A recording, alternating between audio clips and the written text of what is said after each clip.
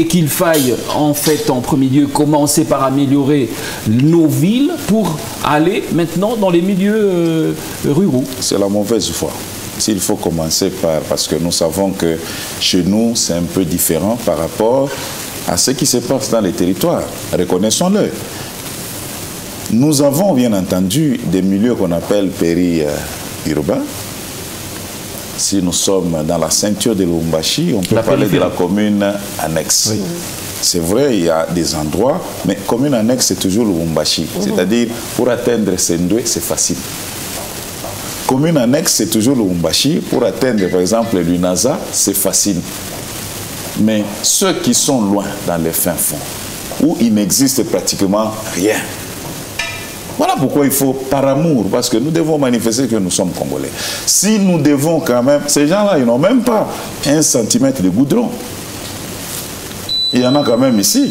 C'est vrai, on peut dire en lambeau parce qu'il y a eu quelques pluies à certains endroits qui ont dérangé et tout. Mais il y en a quand même. Ça, reconnaissons-le. La lumière, il y en a quand même. Nous voyons. Alors, nous n'allons pas vraiment nous comparer à ceux-là qui, depuis des années, ont vécu la misère la plus noire de leur vie.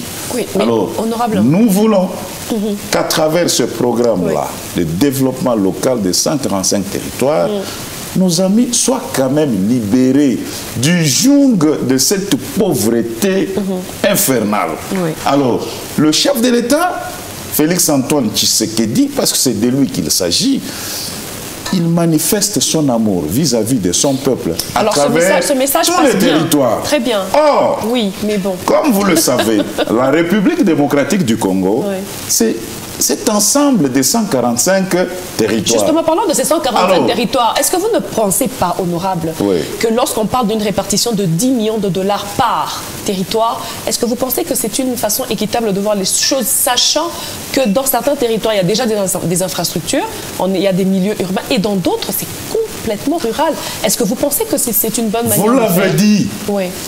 Vous l'avez dit en liminaire, je crois, j'ai suivi Jean-Paul. Mais qu'est-ce que nous visons? C'est l'équilibre. Oui. Les études ont été très bien menées, à telle enseigne qu'on a découvert, là où il y a quand même quelque chose. Dans un même territoire, il est vrai que dans un coin d'un territoire, il peut y avoir concentration d'infrastructures et que d'autres endroits du même territoire ont été oubliés. C'est là où il n'y a rien.